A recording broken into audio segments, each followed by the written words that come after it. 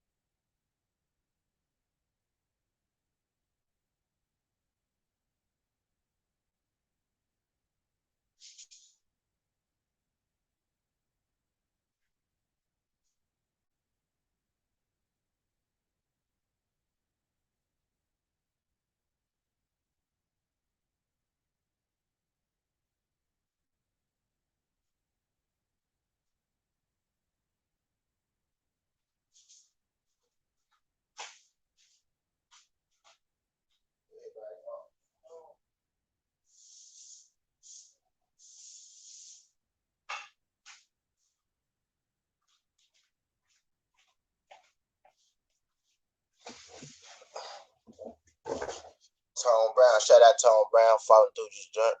Can y'all hear me? Back again, bro. Yeah, Joe Strum. Shout out my guy Joe coming through. Can y'all hear me? Can y'all hear me clearly? My birth. Hold on, let me see my damn self. Y'all be lying and shit. No, I'm just playing. Can y'all hear me clearly? My birth. Hold on, let me see my damn self. Y'all be lying and shit. Okay, we twerking. I notice sometimes I get kind of muffled, so I'm gonna make sure I speak up today. So if y'all, y'all mess with me in the chat, right? So if y'all hear me, yeah, I'm on my old phone, but it's all good. We gonna work. I hear that in the chat, right? So if y'all hear me, it's all good. Yeah, I'm on my old phone, but it's all good. We gonna work. I hear that in the chat, right? So this phone works better, but if I go muffled, yeah, Ken. If I go muffled, y'all let me know that I'm going muffled or to speak up type shit.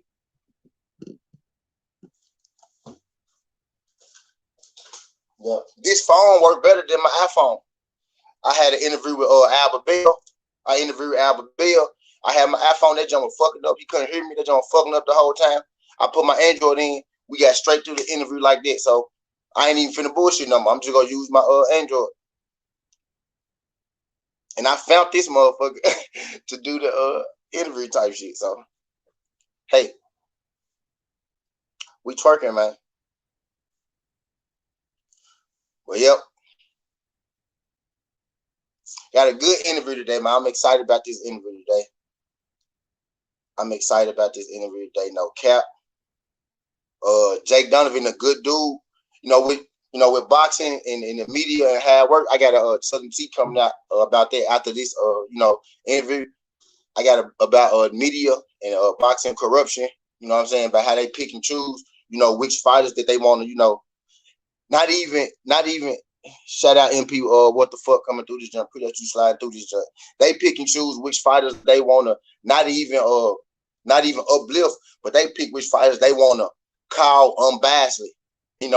Jake Donovan, one of them dudes who's unbiased all the way around the board. You know what I mean? He's unbiased all the way around the board. He's not gonna always agree with you, but he's never going to be disrespectful. And you know what I'm saying? Like when you're talking to a guy, the character of a person. Jake Donovan has high character in his journalism and in his takes, and I noticed it. And I'm gonna tell him how I found out about him when he come on too.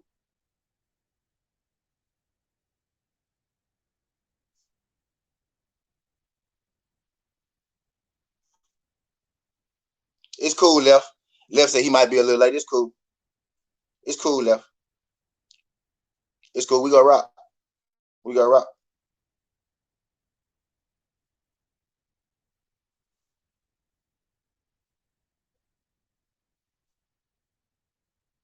I don't even know which lie this is though. I gotta fix it. How you feel about the finals? Shit, I feel like Chris Paul them gonna win. They said all the Charlo fight not sold out yet. They might give out free tickets. Damn, I need to go to Texas then. Shit, I need to go to Texas then. No, yeah, I need to go to Texas. Y'all know why the Charlo fight not sold? That's part of the reason what I'm talking about with the with the media and how they choose which fighters and shit like that.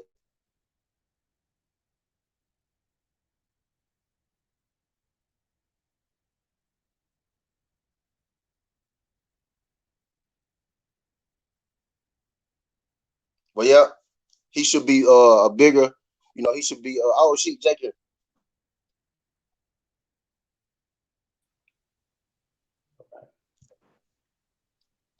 What's up? What's up, man?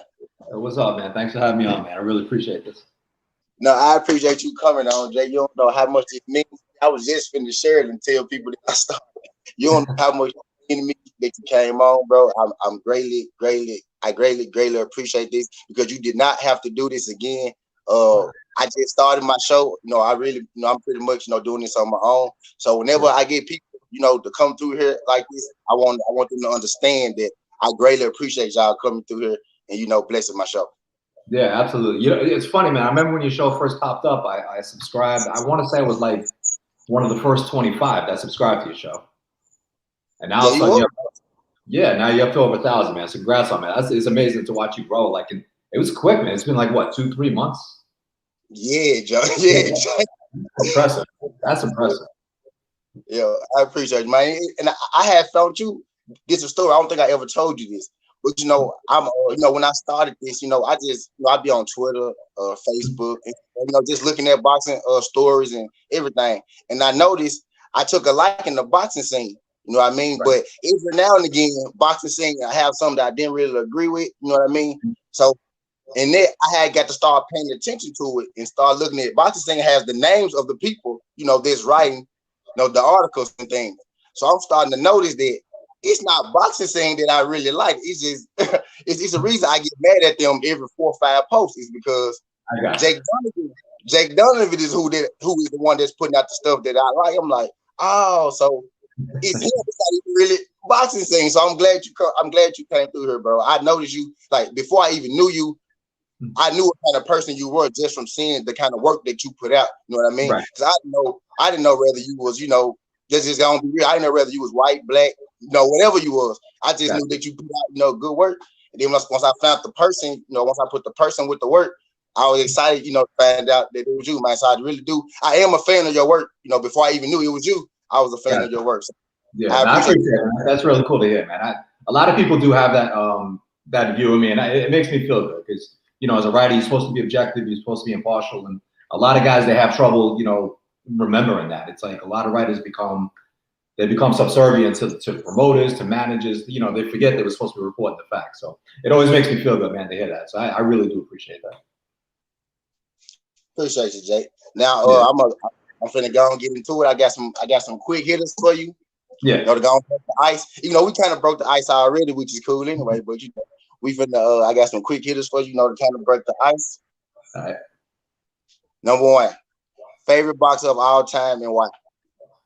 Felix Trinidad, man. It's just every time we watch them, it's just always a vibe, man. It's even when he lost. I mean, it was depressing, when he lost, but it was like, my wife is Boricua, so my her family.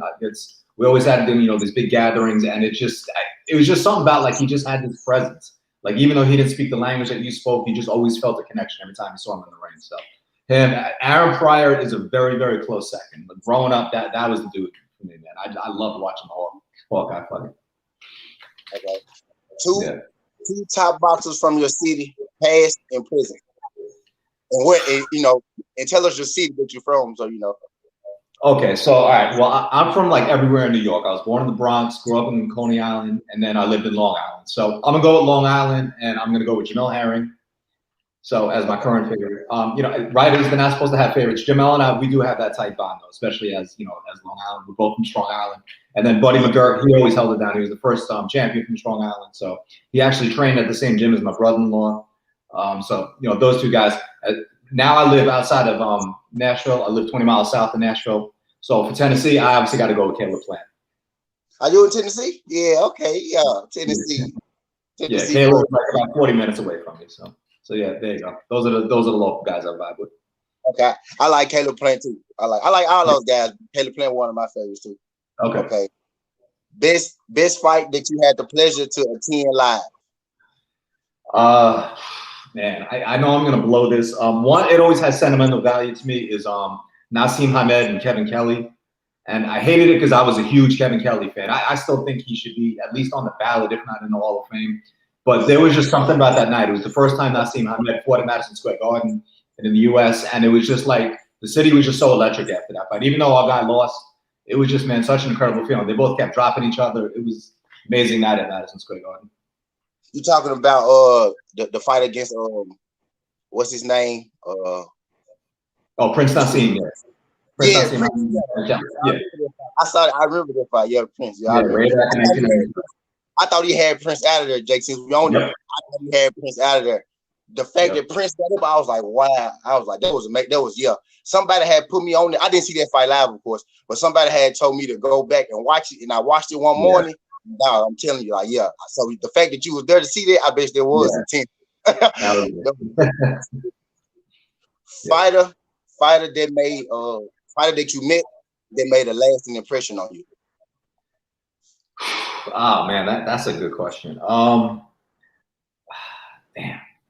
I'm gonna go with Deontay Wilder. He was like the first one that I pretty much saw Deontay Wilder. I saw him from birth. I saw him from very early in his amateur career before he even qualified for the Olympics and all that. And just to see him go from this guy who gave boxing a try to what he's become and everything he's represented. I know he's had some controversial stuff that he said too, but I don't know, man. It's just every time I talk to him, I always feel like I'm in the presence of greatness. Vladimir Klitschko kind of always gave me that vibe too, but yeah, I got to go with Deontay. He's always had that personal connection with me. Okay. Fighter that you haven't met that you would like to meet. Oh man. What's crazy? I've never attended a Manny Pacquiao fight. Really? Yeah, I gotta go with Manny Pacquiao. That's with Boxing Scene, I don't get to cover all his fights, so I just for some reason, I've never been ringside. That's the one guy it's crazy that I haven't met him, but yeah, I gotta go with the senator. I like Manny too. Manny, one of my all-time favorites too. Yeah. All right, so Jake, did you play in the sports, Jake? Yeah. So as a kid, I grew up in a boxing household. I was never a boxer though. My running joke is I'm always a better writer than a fighter. I gave boxing a try. It just it didn't work out for me. But baseball and football are my thing. So more so baseball. But I kind of fell into some bad habits in high school and just kind of went the wrong way. So never really made it very far as I should have in sports. What position did you play in baseball? Baseball, I was actually a third baseman. So I was always the fastest guy on the team, but I always had the strongest arm. So I was a third baseman and a pitcher. The problem was once I hit middle school, I was just all heat, didn't have any variety of pitches. So they kind of figured me out after a while. So then they stuck me on the corner. I played third base and first base. And, they kind of filled me in everywhere, but mainly third base because of my arm. Okay. And then what about in football? What was your position in football? Football, I was always out of position. So when I was the same size as everyone else, they tended to put me on the defensive line and then as linebacker. And then I kind of got, I stopped throwing as fast as everyone else. Then I became a safety. And then, I just kind of a bench warmer from there. So my most effective position was outside linebacker because I always did have speed though. So. Okay, yeah. I play quarterback, and then as I get older, they try to move me to safety, and then in semi-pro, I play linebacker actually. So I think that's cool how like you kind of play, you know, the same position that I Exactly. played. Yeah. So I was never a quarterback, man. I'll never be confused for a quarterback. Yeah, yeah. I played quarterback first. Though. I played there from pretty much all my life until I got out of high school. You know, it went to other things. Okay. It's interesting too, but anyway, Mm-hmm. I got a question for you. Me personally, I want to know about this fight. We spoke on Caleb Plant. You know, he could possibly have a fight with Canelo Alvarez coming up. Yeah. And I'm hearing that I'm excited about the fight. I actually been calling for this fight since before Canelo even said that he wanted to play. So I'm one of the guys who's excited about this fight. But I'm hearing that it hit a riff. Like what do you know about Caleb Plant and Canelo and where they are right now? Yeah, so for so long they did a really good job of keeping this out of media, and this is the problem when you start negotiating fights through the media. That's when things tend to fall apart. So Eddie Hearn, he was on the Zone Boxing show, and they asked him a question. It's a valid question, because Canelo's obviously the premier attraction in the sport, and they want to know what's going on with this next fight. So Eddie could have easily said, no comment, but that's boring. That doesn't lead to any content. So he gave, I don't know if it was well planned on his part or if he was just giving an honest update. I'm going to give him the benefit of the doubt, even though I know most others won't. But he just let them know that the Zone had made Caleb an offer. Everybody knew that. Canelo's on the Zone, so they're going to want Caleb to come across the street to fight on the Zone. BBC came back. They've always wanted Canelo on their platform. Everyone's of the belief that Canelo is the biggest. He can be the biggest pay-per-view attraction in the sport. PBC hasn't made it any kind of secret that if Canelo beats Caleb Plant, they want to build towards a super fight with David Benavidez. That would be a massive event on Cinco de Mayo, on Mexican Independence Day weekend. So that's what PBC wants to build for. That's why they wanted to offer him a multi-fight deal. And you have to. I'm sure the Zone would love to have Caleb Plant, locked in. I mean, they did it with Andy Ruiz, who wasn't supposed to beat Anthony Joshua, but they made sure to have that rematch clause locked in. Andy Ruiz got 2 fights on the Zone. So, obviously, I'm sure they'd want to do the same thing with Caleb. They're not going to do one fight and then let him walk away if he beats that house guy. So, BBC, they want the same investment. The main thing is neither guy has walked away from negotiations, and that's the sad part. Everyone's already saying, Caleb is ducking Canelo. It's like, well, first of all, if Zone is making an offer, Fox is making a counter offer. All we're hearing so far is that Eddie and Canelo don't like that offer, which we don't even know if Canelo does or doesn't. We're only hearing it from Eddie Hearn. So how can you blame that on Caleb and PBC, saying that they're the ones ducking the fight? So that's where stuff just starts to get messy. I don't like when people try to interpret what's going on. As far as I know, negotiations had never ceased. They've kept going. They're going to reach a point where they have to make a decision. If they want to fight on September 18th, July 18th is already 2 months away. That's Canelo's birthday. I'm sure he would love to announce a fight by then. So I do know Caleb celebrated his birthday early because he wanted to jump into training camp because he wants the full 8 weeks to prepare for someone like Canelo. That's been Caleb's main thing. He doesn't want to sell himself short. He's not going to sell out like Callum Smith, just take a fight on short notice. He wants what he feels is fair pay. He wants a full training camp. He wants VADA testing. I'm sorry, you got it. Not to cut you off, but people don't know that Canelo already offered fights already, but they were on short notice. Like they were really short notice fights, and he turned down. So they kind of play into the narrative why people say that he ducking them too, because people feel like when it's let's just be real. When it's people like Canelo, you're supposed to do what they say when they say do it. You know what I mean? But no, that's fine, man. That's the crazy part too, because I feel like outside of boxing, everyone always talks about, they pretend they're liberal and they want to speak out for the little guy. But then in boxing, it becomes this 1% mentality. It's like, oh, well, this is Caleb's biggest payday. He should just take whatever they offer. It's like if you're going on a job interview and they're offering you, it's more money than you make, but you're worth more. You're not going to take that offer. You're gonna keep fighting for what you believe in, and that's what Caleb is doing. Maybe you can argue he has an inflated sense of what he thinks he's worth. But he knows what Billy Joe Saunders made. He knows what Callum Smith made. He brings, Billy Joe Saunders never sold any kind of tickets, even in England.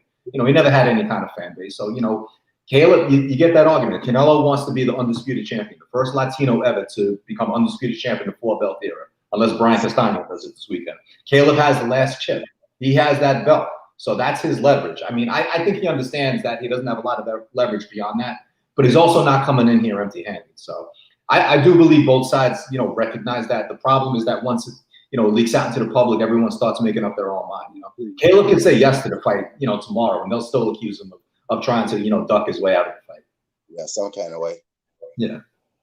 Yeah, that's interesting. Man, you got an interesting take, man. You kind of sound like myself, when I be speaking, now you got an interesting take on that, man. Yeah, I just feel like you said, Canelo's at the point where he could have unified. I mean, he could have been undisputed at 160. You know, he didn't take the opportunity. Now he got a chance to do it again, and it's against a guy who I feel like is a bigger test than Callum Smith. We know he's a bigger test than Darren. I feel like he's a bigger test than Billy Joe Saunders, given the style matchup of the whole fight in general. And I feel like Caleb Plant wants 10 million. I feel like you should give him 10 million because the end goal for you, Canelo, is bigger than that 10 million that Caleb Plant is asking for. Right. You know what I mean? So I feel like if you feel like he said he want to be undisputed, this is the last step. So for him to go to 175 or whatever, I'm not really with that. And the whole Caleb Plant is ducking thing. People gonna say that about anybody when it comes to Canelo. I personally feel like in any situation. But I want to ask you something about that real quick. So the most fight deal was a 2-fight deal? Because I heard that it was a 3-fight deal. That's what I heard. 3-fight deal. That's my understanding. That Fox wanted to lock him into a 3-fight deal. It was Caleb. I've heard Charlo's name mentioned, but that's pretty ambitious to go from Caleb, Charlo, and then believe he's going to get to Benavidez. You know, after going through them two. You know, but like I said, PBC wants to make sure they have, you know, a horse in that race in the end. So they don't want Canelo beating their guy and then walking away and then never getting that fight with Benavidez. So I get that. They're also, to my understanding, you know, entertaining the idea of bringing Canelo aboard for one fight on Fox pay-per-view. So their belief is that everyone stands to make so much more money on a pay-per-view than if, you know, you're just locked into a base salary on the zone. You know, because think about it, Canelo hasn't fought on true pay-per-view since the second fight with Gennady Golovkin. You know, both those fights did over 1 million pay-per-view buys. His fight with Chavez did. He's the last guy that could really sell a million. So, especially when you're promoting that through NFL season, you know, all the promos that could be on, you know, Fox NFL Sunday. I do believe that is a fight that would get to 1 million, and yet Canelo would be the driving force behind it. So, it seems like there is a greater chance for him to make more money on Fox pay-per-view, but that's a decision he has to make. You know, if he decides, well, you know, they could afford to bring Caleb over there and pay him 10 million, that's a hard decision that, you know, that PBC and Caleb Plant are going to have to make. So it's both sides are going to have to figure out what's the best deal, not what's the best deal for their managers, what's the best deal for themselves and their future. Okay, let's swing the conversation. Okay. Teofimo Lopez, George Kambosos. Yeah. Okay, this is a fight that you know, this is a fight, you know, we didn't really ask for this fight, but you know, we understand, you know, the business. So Teo has a mandatory. So we understand Teo has to do this mandatory. But ever since this fight has been made, we've been hearing, you know, we heard a lot of different things about this fight. It's been changed. It's been changed 3 different times at this point. You know what I mean? Yep. And to me personally, it's kind of becoming a stickler. You know what I mean? It's kind of becoming a net, you know, around my head because I want to see what Teo's going to do after this. What do you know about you know? Oh yeah, real quick. Teofimo was also one of the guys who I'm really getting ahead of myself. I'm trying to wait till the wild period at the end. But you know, Teofimo was Teofimo top rank fighter. You know, they say he had COVID as well. And we know that Teo went to Italy. You know, we actually seen Teo in Italy. We posted a picture of him in Italy. So what do you think about the Teofimo Lopez situation and the George Kambosos and the date moving of the fight and all in the whole now? Like, you know, I was always of the belief they never should have moved off that June 5th date. I get they didn't want to compete with Floyd, you know, going, you know, the next night on June 6th. But there wasn't supposed to be a crowd when they were going to fight on June 5th. I don't think anyone who bought, you know, whatever the fan base was, you know, for Floyd and Logan Paul, you know, that was like an influencer fan base. You know, it wasn't like the hardcore boxing fans that were buying, you know, Mayweather Paul. They could have just bet on, you know, fans still paying for that event on June 5th and then letting both guys just move on with their careers. Pushing that fight back 2 weeks is really what messed everything up. You know, because then, as you said, you know, Teo, he tested positive for COVID. And I'll admit, man, when I heard that at first, I was like, I want to see a positive, you know, test. I was a little bit skeptical, especially, you know, hearing that he's vacationed to Italy, you know, because we're thinking, you know, common folks like us, it's like, we test positive, we're fucking locked up for, you know, 2 weeks. Yeah, 2 weeks. You know what I'm saying? How these guys vacationing? So, but yeah, that was what really messed everything up, man. Just pushing it back and then, you know, postponing it. And now they're stuck, you know, with Triller. I'm not going to say they messed up, but where Teofimo feels he has leverage is that, you know, they told him they wanted to come out August 14th.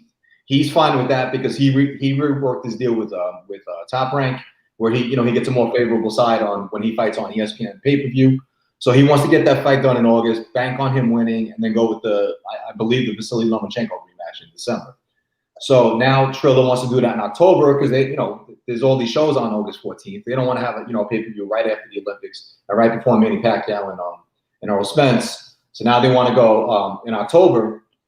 So now Teofimo Lopez is arguing that, that's too late. He doesn't wait that long. Lance Pugmire from The Athletic, he actually, he reported this first, that they're trying to sue now to make sure that fight happens on August 14th. So that's just becoming, and I get to, he could give up his belt and, he wouldn't have to fight Kambosos. I don't know the legal ramifications. I mean, he's pretty far invested into this fight. So yeah, I was like, if he does drop the belt, which I don't want him to do, is right. That like, that will cause a rift with Triller. Like Triller could say, you owe us a fight, right?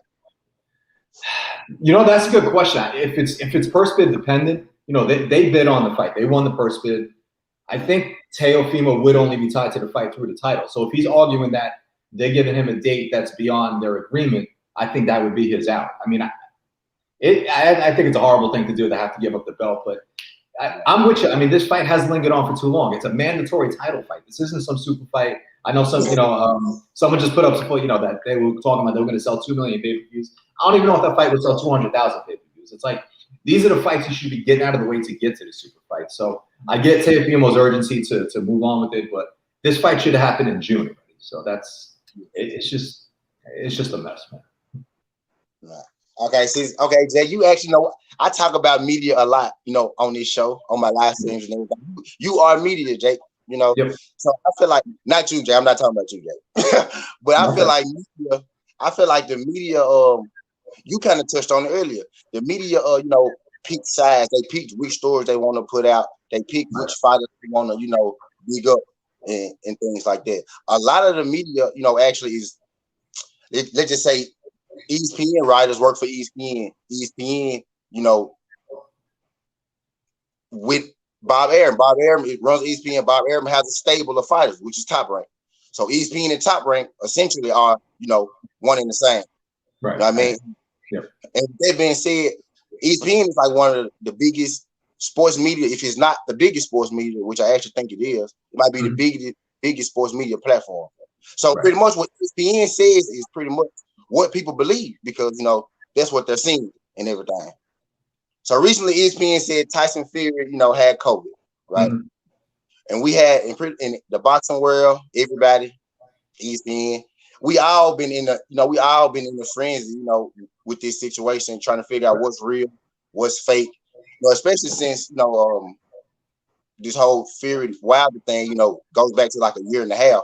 You know what I mean? Right. As far as the AJ Fury thing, the media telling us we're about to get AJ Fury. Then you got certain guys.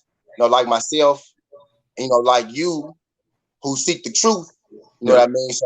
So we kind of got to understand it that we can't believe everything that we hear. So ESPN said Tyson Fury has COVID, right? Then we see Tyson Fury. Then we see Tyson Fury at car dealerships. We see him at casinos. But media is still telling us, that this guy has COVID, or that media would tell us that AJ and Fury is going to happen. And we really would believe it if we didn't do our own research. So I just want you to talk about a little bit. Why do you think that media loves Tyson Fury so much? And why do you think that they do so much to make him prove himself? Hey, I'm driving, man. I just stopped by and say I'm driving, but what's up? I can't do it right now, but I'm driving. I'm gonna be listening though. Okay, I'll be back when I can. All right. What up, though, Jake? All right, what's up, Left? Yeah, Left on the end on this one. Left said you gotta let me in on this one. So shout out my guy Left for coming through. But I just want you to talk about this Tyson Fury COVID situation for a minute, and how the media expect us to believe stuff that we see with our own eyes that's not to be true. Yeah, it's I'm not going to shit on other writers. That's not my job. Just like I don't want writers shitting on me. But that was just so poorly handled. I think everyone was just. I'm gonna do it for you. I'm gonna shit on you. Go ahead. But yeah, I think everyone was just in such a frenzy to kind of get on top of the story. It's like Mike Coppinger, he was the first one to report that, you know, there was the COVID outbreak in his camp.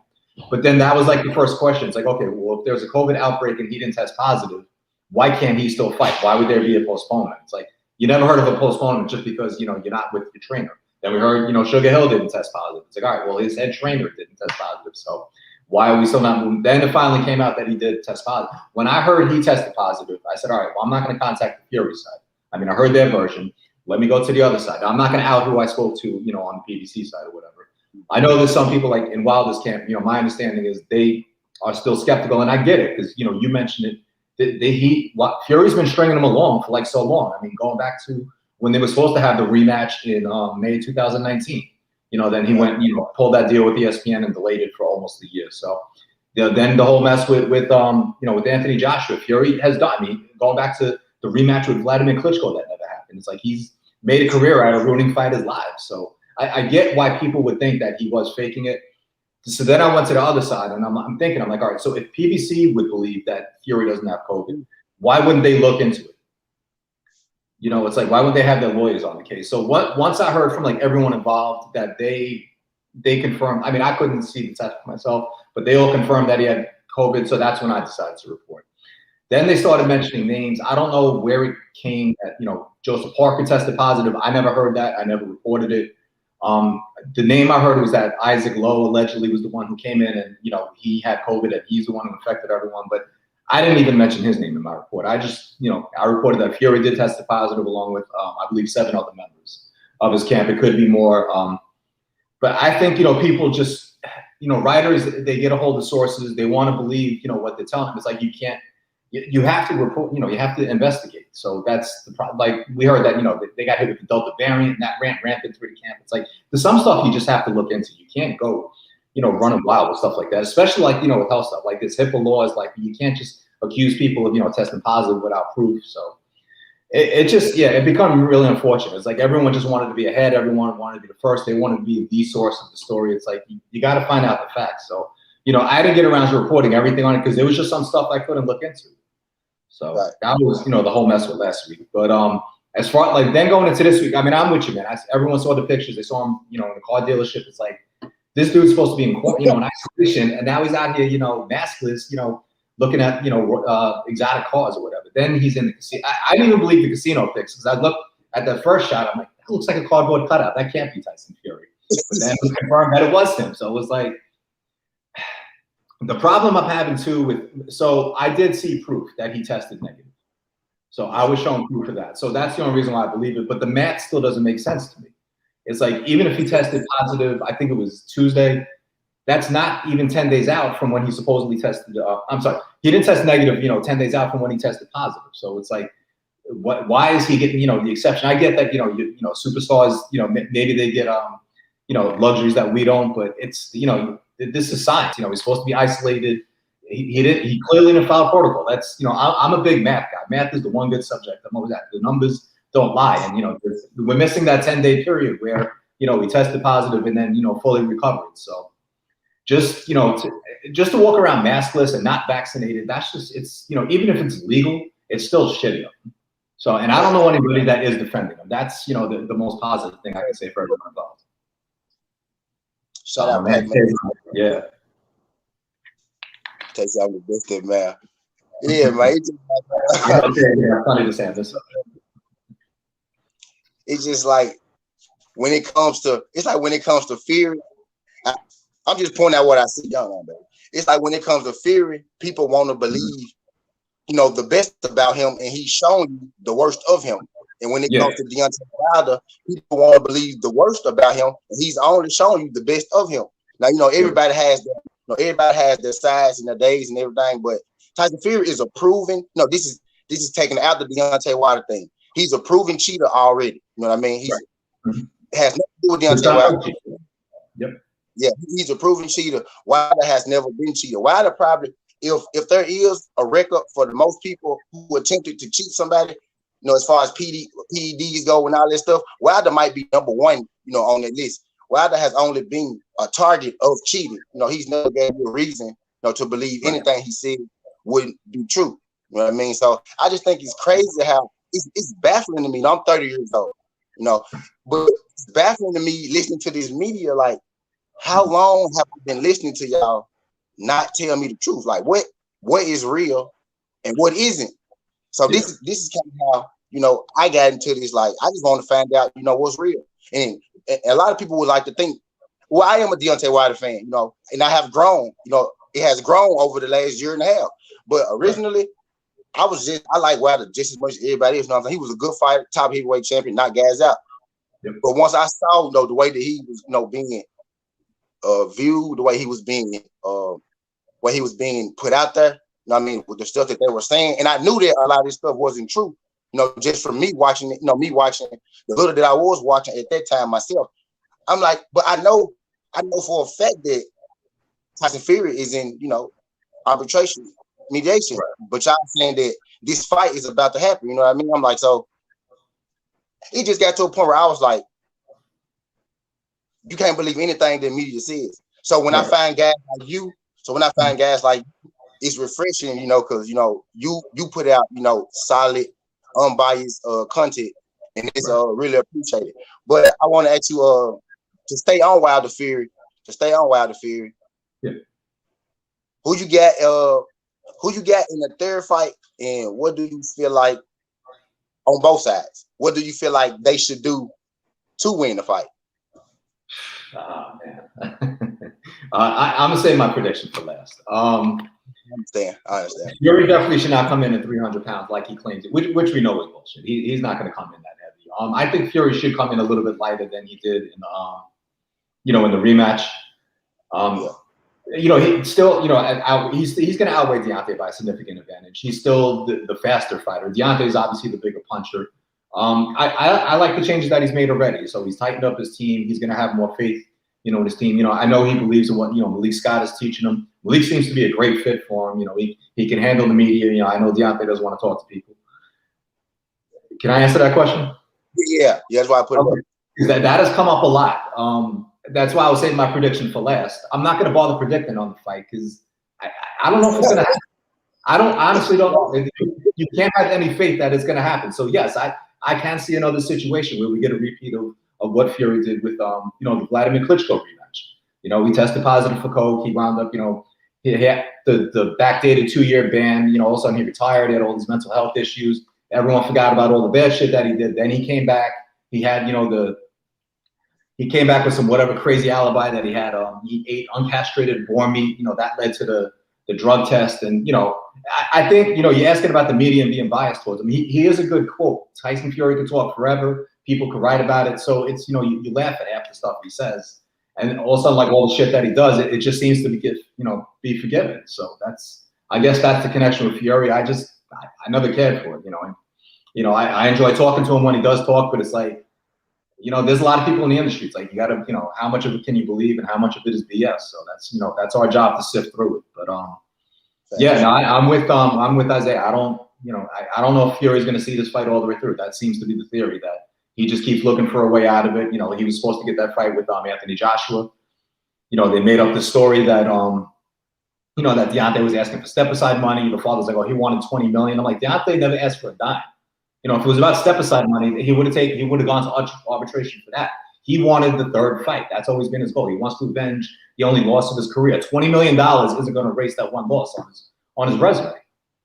So, yeah. So Drew Titan, I appreciate that, man. Thanks, Drew.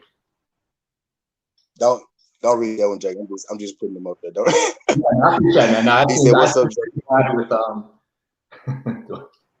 oh man, you guys asking me all these questions, man. I'm gonna get a ban from some part of the sport. You want to? Man, you know, I believe the whole thing of, you know, tainted beef in Mexico as a whole. I'm not going to sit here and say, you know, whatever Canelo was doing. I will say, after all that, Canelo became the most tested fighter in the sport.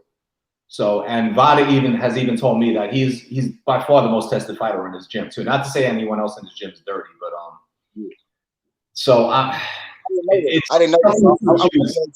I'm glad you told me that, because I didn't know that part. Because my thing kind of with Canelo, I used to be growing up. You know, I used to be a Canelo fan, and then the steroid thing happened. That kind of threw me off, because I felt like you could already beat him. I feel like you could have beat him, Canelo, already. You know what I mean?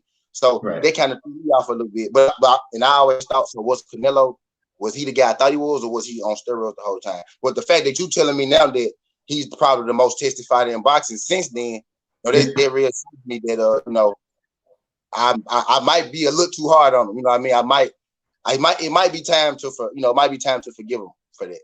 I think, yeah, I mean, that's, that was, obviously you don't want to see anyone cheat in the sport, but, he got caught with whatever happened, whether it was tainted meat, supposedly had the receipts to verify that, but, Nevada still gave him that suspension. He missed the Golovkin fight by, I think it was by 4 months or whatever. But, he's, some guys who do, even if he did some shit, he paid his dues since then. He got tested every single, not every single day, but he was on 24/7, 365 testing for a year.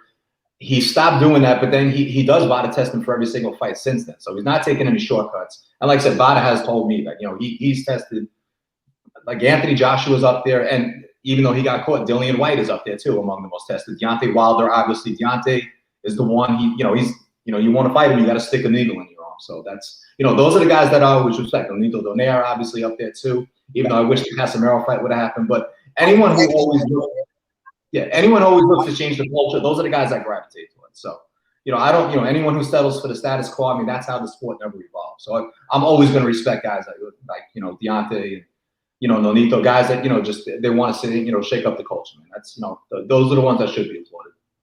Right. How you feel about Casemiro and Nonito? Like the reasoning of, Casemiro, how you feel about like not wanting to do it? And how you feel about Ringo fighting him, even though he had that falling out with Donaire? Right. Do you mind if I answer the question before I answer that one? Go ahead. Because that is a good question. A lot of people are asking about Spence Pacquiao. So here's my understanding of it. They didn't enroll directly with VADA. Like with VADA, you go there, you sign up for it. My bad. But that's my co-host right there, Chad Media. I don't know why he ain't on the show, but that's my co-host right there. Go ahead. Right. That's what I'm saying. It's an important question. So this is my understanding that they're doing drug testing through the Nevada State Athletic Commission. The Nevada Commission, they have the best random testing of any commission in the country. And because what they do is they select from a pool of, testers that they contract to do their random testing for them. They have contracted VADA. So it's not Errol Spence and Manny Pacquiao directly enrolled with VADA, but they are being tested by VADA as contracted through the Nevada State Athletic Commission. So there is random testing. It's more than like if they just fought in Texas or Florida and they piss in a cup the day before the fight. So my understanding, Manny Pacquiao has been tested at least 4 times already, and Errol Spence does random testing before every single fight. So it's crazy that this is coming to question. I mean, again, these two guys, I get, the whole Manny Pacquiao thing going way back to, when he was supposed to fight Floyd, 10, 12 years ago. But Manny Pacquiao is another one who, he's tested. And like I said, Errol Spence, ever since he's become champ, he does testing for every single fight too. So, the fact, we shouldn't be questioning whether or not they're clean fighters. Okay. That's good. And I'm glad you said it because I like Manny Pacquiao. And then when I talk about Manny Pacquiao, people always say, what they always say. What they always say, Jake. So I'm glad you just, I'm glad you said that. Shout out to Manny Pacquiao, the great Manny Pacquiao. Manny never been caught. I've been trying to tell you that man never got caught. Now, rather we feel like what he has done, he never got caught, bro. He never got caught. And see, I mentioned Errol Spence too because it always comes up about the Charlos. They, people always accuse the Charlos of cheating. I know for a fact that Jermell Charlo, the one who's fighting this weekend, he does VADA testing for every single fight too. So, yeah, I mean, people say, oh, look at his punching power. It's like, well, maybe it's because Derrick James has made a significant, difference in his career. So Jermell don't? I didn't say that. I did not say that. But I did say that Jermell, I can verify that Jermell does VADA testing for every single fight. Jamal does do, he's with the WBC. They're supposed to be doing, VADA testing. So I'm not going to say Jamal doesn't do testing. I do know that Jermell is among the more tested fighters. He and Errol Spence both. They're, advocates for random drug testing. Pat, Tay got a question for you. Okay, do you mind elaborating on the nonsense that Eddie Hearns? I don't know where people are getting this from. That's been the heavy rumor that, that's going back to Fury faking COVID, that, ticket sales were poor. My understanding is that ticket sales were actually doing well. I don't know if they were doing as well as, Bob Arum said they were sitting at like 15 million. I'm not in a position to question them. I don't know if they were doing that well, but my understanding, the only tickets that really came back was whatever batch that Fury had. And then I don't know if it was because, I don't know if it's, Rich just didn't want to travel over here, if it's, COVID restrictions or whatever, or if, like I said, his team started getting sick and he started telling people, they said, well, we're not going to sell tickets if we know we're not going to fight. But I never heard any indication that ticket sales were poor. And, you know, I'm not going to pretend that there was as much interest in this fight as there was for the rematch. The rematch was one of the best promoted fights I've seen in a very long time. So that clearly wasn't here, you know, for third fight because, you know, it was told in May that it had to happen, and they kind of hit the ground running from there. But I've never heard anything that this fight was going to bomb at the box office. Right. Okay. I'm glad you spoke on that too, because that's what people like. I think that falls on the line of people wanting to make excuses. You know how they hop on Wilder for making excuses. I think that's along the line of people making excuses for Tyson Fury. You know what I'm saying? Right. It's ticket sales. Like it's like whenever Fury do something, it's like it's always a reasoning for it, even though the stuff that he be doing is horrible. You know what I mean? Yeah. Well, see, the one thing I do like though is like because you know people are questioning Fury now, and he should be, you know, questioning because he really got let off the hook when he tested positive way back when. You know, if the drug testing, you know, system was better in England, he never would have got to Vladimir Klitschko. He would have got caught, you know, in the Christian Hammer fight before he got to Klitschko, and he never would have had that opportunity to fight for the championship.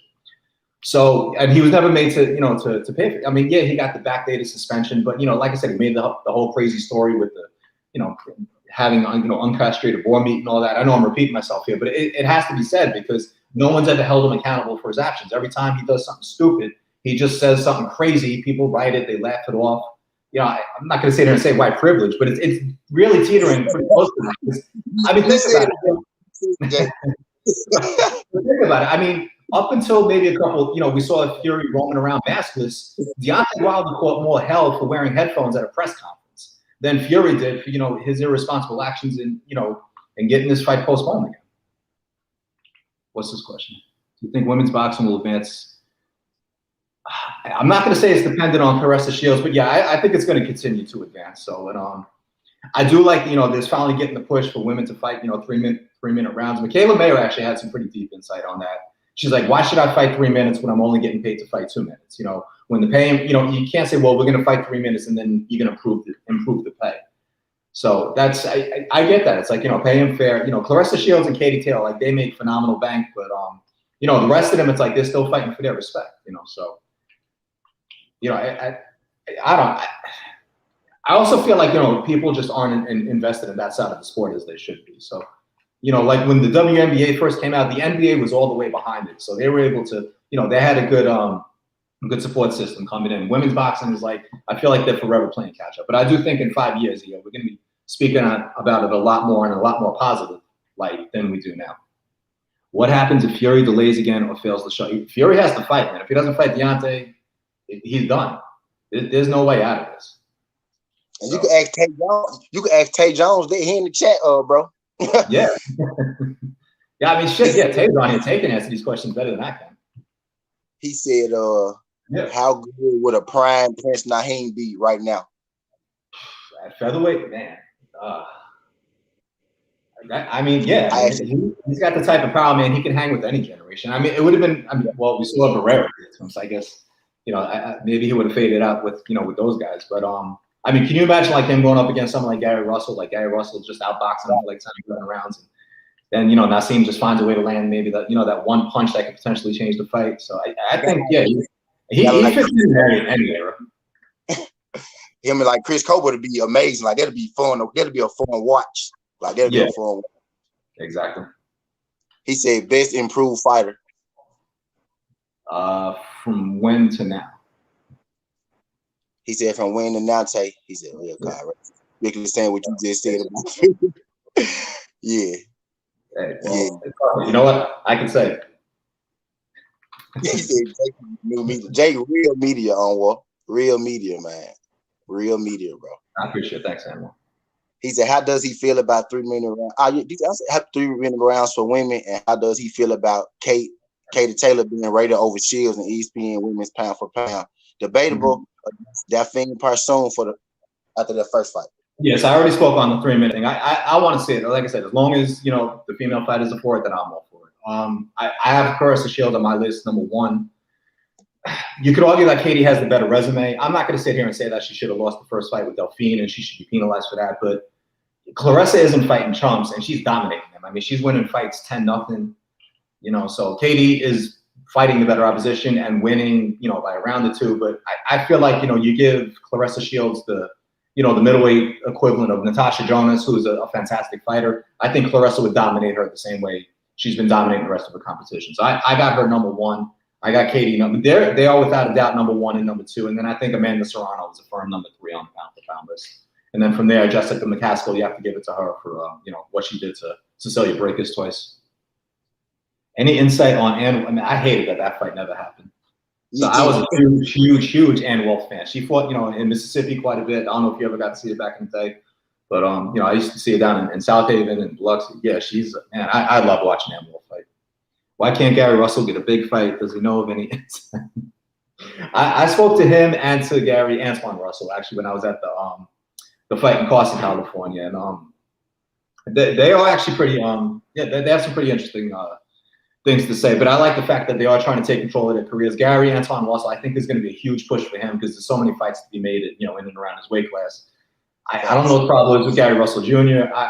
You know, everyone wants to see him in Tank, you know, so that's, I guess, once the, you know, Baltimore DC is ready for that fight. Tyson, you know, most improved fight of the last 2 years. Yeah, man. I'd have to think on that, man. I don't know if I can do it in the 30 minutes of this show. It's Drew Tyson Jake just made us. Yeah, I appreciate that. Thank you, man. Like I said, I appreciate you know, I didn't agree with everything, like all the stuff that happened with Deontay, and like I know everyone went after Sugar Hill, but I appreciate Drew's passion. I always followed everything that he's done. So I do appreciate all that, man. Thank you so much for the support, man. It makes me feel good that, you know, that I'm viewed in, you know, in this manner. So I know fans have a right to, you know, really judge the media, you know, based on, you know, the favorites that they play. So I appreciate the fact that, you know, I am respected. Right. Fact, Jake. So if anybody got any more questions for Jake, I told Jake I'm gonna keep him 30 minutes. Jake been here an hour. You know what I mean? So anybody got more questions? I got all night, man. He said Bud versus Thurman. What's your take on that fight? That's a good question, Noah. That is actually a really good question. I would take Bud now. I got to see what Keith looks like. I mean, he's been out for 2 years. Last time we saw, you know, what he looked like after 2 years, he barely outlasted Josecito Lopez. So it was enough to get him the Manny Pacquiao fight, you know, and he hung with Manny for 12 rounds. So it's a good fight. I don't think it's a blowout. I would have to favor Bud right now. I probably would have liked the Keith Thurman of, you know, maybe when he fought Manny Pacquiao. Definitely the Keith Thurman who fought Danny Garcia and Sean Porter. I would probably take that Keith over the welterweight version of Bud. But, you know, if they were to fight next, I would have to go with Bud right now. It's hard to pick for me, though, because Keith is one of my favorite fighters. So he's another one I knew from the amateurs, too. It's like, you know, he's part of that generation of guys I actually got to see from, you know, from the infant stage all the way to world champion. So, you know, Keith's another one. He's always had a special place in my heart. All right. Trap Media said, Mean Scheme to have a different take on who won Porter Spence. Does Jake think it was a good Martin Classic, and did he agree with the outcome? I had Porter winning the close fight. Man, yeah, I'm going to be working with Sean Porter on the Olympics next week, so he might be a little upset. But, you know, Sean is a guy who appreciates honesty. So, no, I thought Spence deserved it. I thought the knockdown was the difference. Maybe one round wider beyond that. But, yeah, it was definitely a Martin Classic. That was the 2019 fight of the year for me, man. That was an incredible fight. And it was one of those fights, like, I don't think people really saw it coming as, like, this is going to be the best fight of the year. We knew it was going to be a good matchup, a good styles matchup. I thought that Earl would have found a way to kind of run away with it in the second half. But, you know, Sean made it a hell of a fight. It was, man. It was such a fantastic fight. I thought that one knockdown in the 11th round, to me, that was the difference on my scorecard. Me too. I think Bud's level be made. It's going to depend on Bud's move after October. Once he's done with Top Rank, I think it's going to be totally dependent on that. I do not believe Bud will ever fight Errol Spence as long as he's with Top Rank. But if Bud leaves, if he's a free agent, even if he goes on the zone, I do believe that fight will be made. Do you think Bud will sign back Top Rank? Do you know anything? I think they're done.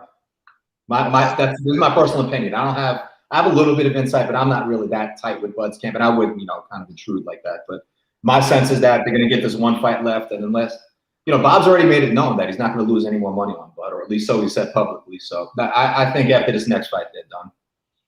So, and, you know, obviously the smartest move would be for Bud to go to, you know, to the PBC side. You know, if he thinks he can run the table, why not sign with them and just run through their entire roster, you know, become a rich man. And then he can claim to be pound-for-pound best fighter in the world if he can get through all those guys. So, yeah, I'm going to put my answer on hold until I see what Bud does after October. Who is the A side? Spence is the A side, without a doubt. Now he said Bud ain't resigned yet.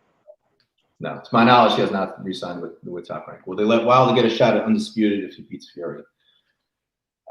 You have to make the same push. Look, if again, going back to privilege, it's like everyone was in such a rush to see Anthony Joshua and Tyson Fury. So if Deontay gets his belts back, he's the lineal champion. In addition to being the WBC champ, why wouldn't you want to see him fight Anthony Joshua for all the marbles? So and that would be the biggest fight in boxing by a lot. That would be a much bigger fight than Anthony Joshua and Tyson Fury. Boxing's coming back. Yeah. He said boxing is coming back to Cleveland, so he's looking forward to the card. And what region does he think produced the best boxers? East, West, Midwest, or the South? Oh man, you really put me on the spot with that one. Oh man. You know what? I'm doing Olympic research. Ohio, man, they're keeping it locked down, man. They keep sending guys to the Olympics every 4 years. So that's a lot of good fighters are coming out of Cleveland, Cincinnati, Toledo. So props to the Buckeye State. I am looking forward to that card. And you know what? I got to give it up to Jake Paul. I wasn't a fan of what he was trying to do in the beginning, but like of all these YouTube guys, he's the one that's taking his career seriously. A lot of fighters, they do vouch for him. And, he's got Amanda Serrano on this card. He's gotten Charles Conwell, a big hometown fight. Montana Love, is going to be fighting in his hometown. So I do appreciate that he's doing things the right way. This is the first show where he's really had full control, and he is trying to do things the right way. So you got to give him credit. I want to still see him fight, someone who has pro experience. I get that Tyron Woodley was a big puncher in UFC, but he's on a losing streak and he's on the wrong end of his prime. It could be a good fight, but I still want to see him. I want to see Jake Paul fight Marcellus Wilder. I get that he wants to fight influences. Go find those names. Yeah. That'll be he tried to steal Marcellus. Hey, let's make it happen, Jake. Jacob Marcellus. Jamel Charlo versus Andre. Hold on, go back to that one. Jamel Charlo versus Andre. How does that fight turn out? I'd have to see what Mel looks like at 160 because Jamal I thought was a lot better at 154 than he is at 160. I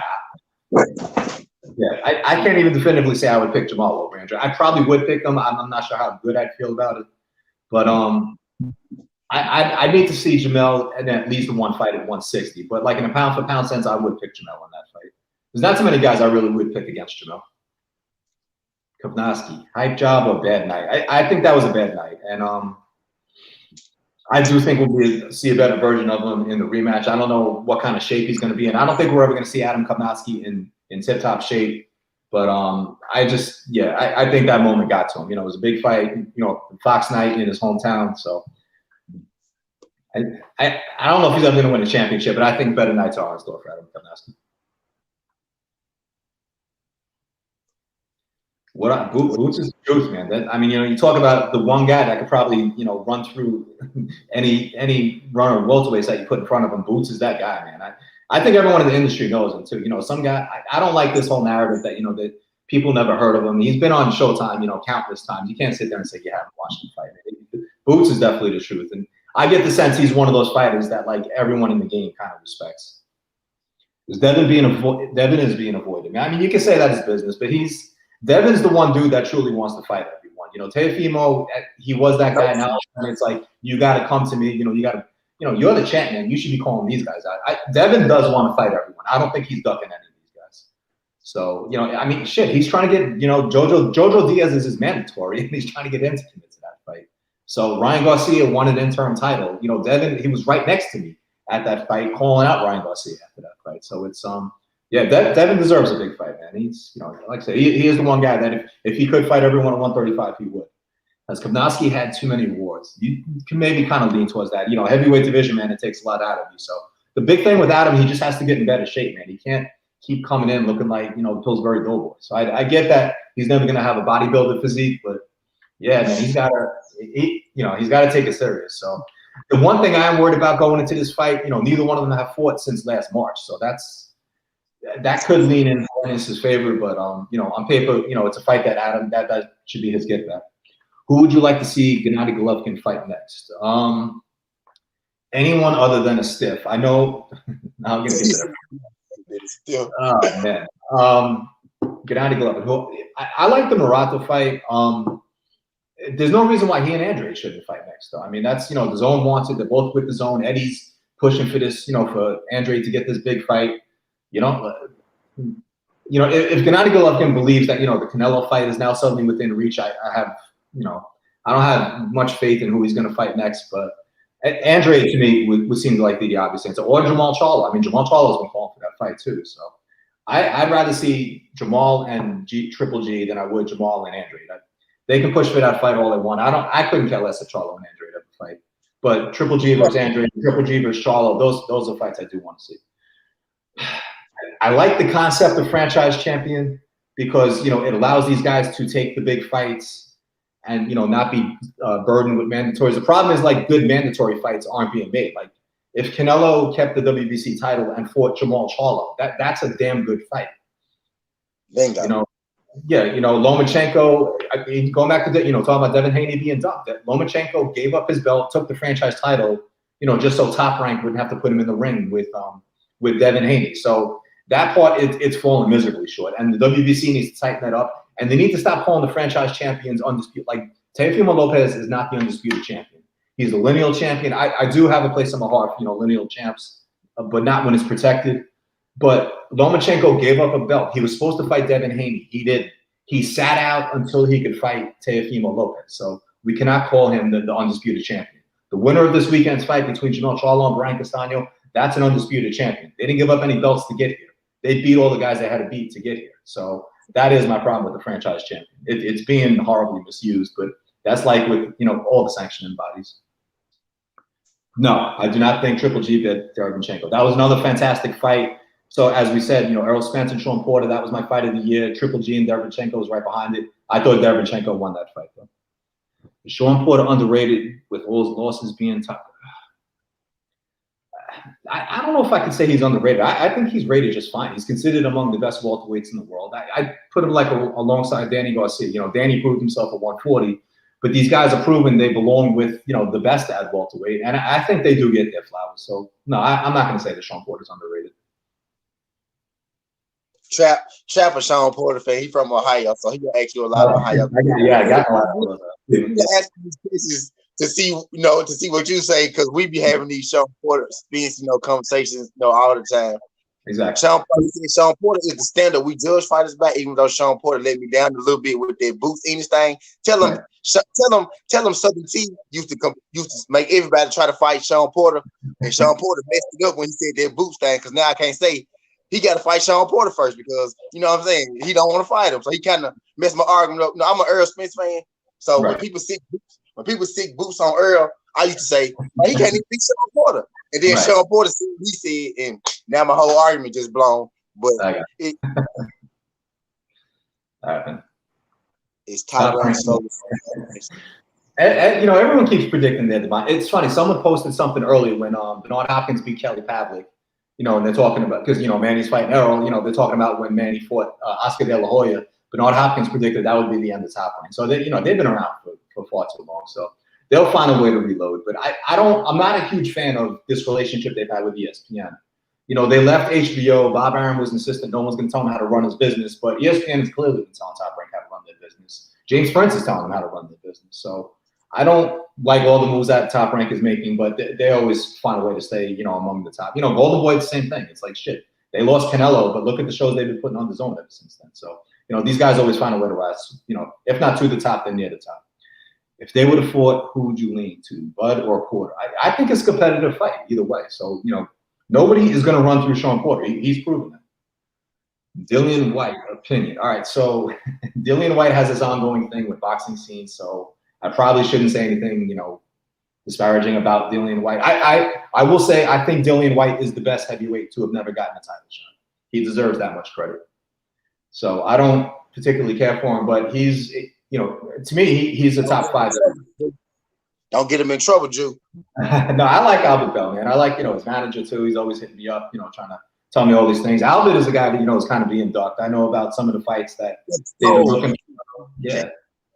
Yeah, Albert, he was supposed to fight Tevin Farmer. That fight never happened. So it's, he can be a tough style to watch at times. I'd like to see him be a little bit more exciting. But he's one of those guys who's willing to fight everyone, man. I give him credit. Why is James Toney that? All right, I'm going to take blame on James Toney. So James Toney was on the ballot last year. For everything he's achieved, he should absolutely be in the Hall of Fame. You only get X amount of votes. So as a tiebreaker, James Toney did test positive, you know, for PEDs. You can make the argument that he was already a Hall of Fame fighter before then, and I probably should have voted accordingly. So I will fall down on that. You know, if anyone wants to get on me for that, he should be in the Hall of Fame. Vernon, I don't know. Yeah, I'm on the borderline. I wouldn't be offended if he did make it to the Hall of Fame. You know, rest in peace to Vernon. He was a nice fighter in his day. He's one of those guys when, you know, people argue, like, you look at the guys that are in the Hall of Fame, then he should belong there. And I would agree with that. He's I think he will make it in eventually. James Toney, he should absolutely make it in this year, and I will vote for him this year. How did Jake get into boxing? I was born into the sport. So my grandfather was a fighter. He was one of the best amateurs back in the day. He never had the chance to turn pro, though. He had 4 fights with Tony Canzoneri, one of the greatest all-time fighters. Beat him twice in the amateurs, lost to him twice. When he was supposed to get in the pros, he wound up becoming a chief sparring partner for Al Singer, who was a lightweight champion. He fought Henry Armstrong, Lou Ambers. So my grandfather, you know, he got my dad into the sport. My dad got me into the sport. So boxing is just something that it's always been in our family. So what if King Kong sees King Kong is too smooth for him, man. He's too good of a boxer. It'd be a hell of a punch to try to survive. But yeah, I think he found a way. Lifestyle should be. Yeah, look, I'm not going to dispute it, man. And like I said, I put myself out there. I didn't vote for James Toney. I'm prepared to take shit over it. So I will vote for him this year. And I like the fact that I'm getting a vote for James and for Roy Jones on the same ballot this year. I think they should go in together. So. Okay, yeah. Yeah. Shout out Jake Donovan, man. Shout out Jake Donovan. I'm finna let you go, Jake, because they'll ask you questions all day. I got all night, man. I'm not in no hurry. I wrote all my stories for the day. I don't care. Yeah. I'm not hijacking show either, though, man. But yeah, nah, man, I appreciate it, man. I appreciate all these questions. I appreciate you, Jake, for sliding through this joint. Y'all gonna have Jake in this joint to Jake ain't picked me for late night SouthernTea, man. Jake don't late night SouthernTea, man. I see a lot of upside to David Morrell, man. I really, very ambitious. You know, David Morrell is so good. I was kind of annoyed when he fought Mike Grabonsky. But yeah, I think he could do a lot of damage at super middleweight. The Jake NBA Suns versus Bucks predictions. I don't know. I guess I'd like to see Phoenix win. So I appreciate your time too. Thanks so much, Isaiah. I appreciate it. Yeah, you know, it's a shame, man. I've been following the NBA as much as I should have. You know, once the Knicks kind of get, you know, knocked out of contention, I just kind of lose interest.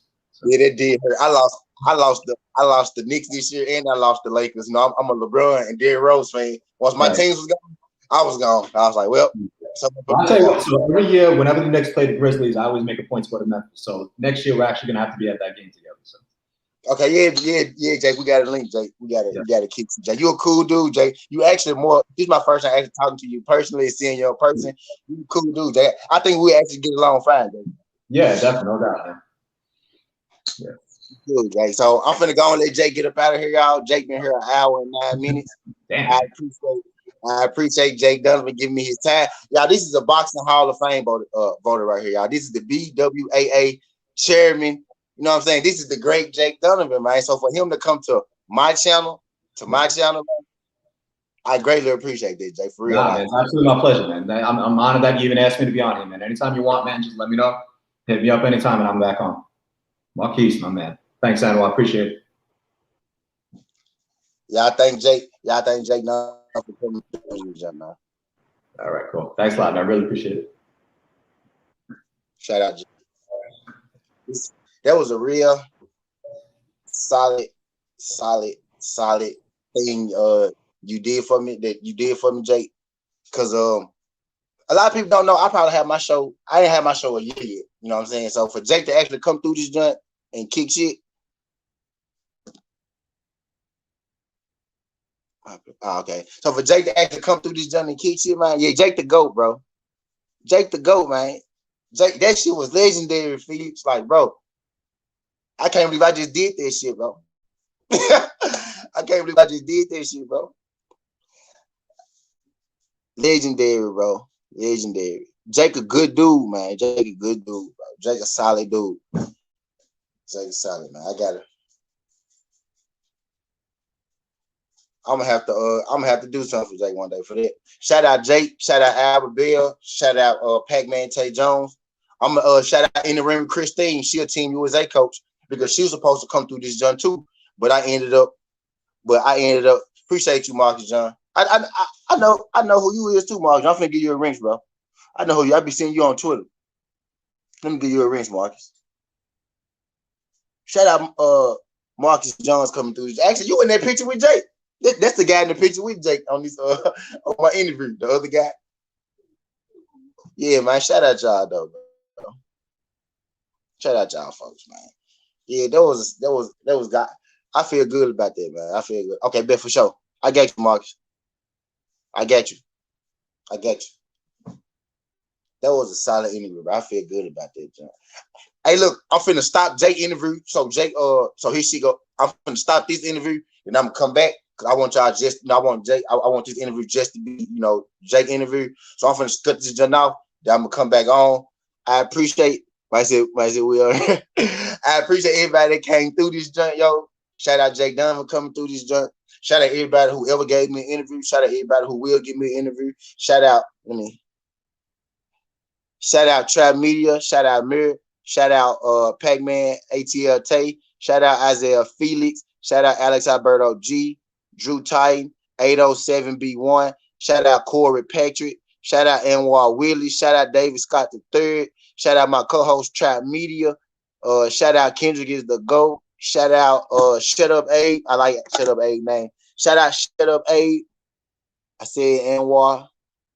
Yeah, okay, there's everybody that's in here. There's everybody that's in here right now. Shout out all y'all folks, bro. I appreciate all y'all folks. I appreciate all y'all folks coming through here, bro. Real talk. Shout out Blue Hunnets. Blue Hunnets late, but shout out Blue Hunnets. Good stuff for you guys. Shout out World Reader. Shout out all y'all folks, bro. Shout out all y'all folks. JJ sent me a message. Yeah, bro. Appreciate you, man. I appreciate all y'all for coming through this. Y'all had some good questions for me. Y'all helped me out in the interview.